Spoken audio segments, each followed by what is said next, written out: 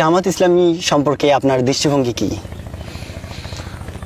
জামাত ইসলাম সম্পর্কে দৃষ্টিভঙ্গি তো অনেক বক্তৃতা আমি আগেই বলেছি।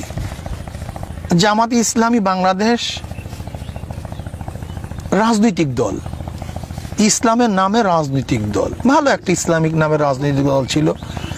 কিন্তু বাংলাদেশ জামাত ইসলাম সে ইসলামিক দল হিসাবে আমরা ওলামায়ে কেরাম এবং আমরা যারা আছি আমরা বলি না, ওলামায়ে কেরাম বলে না।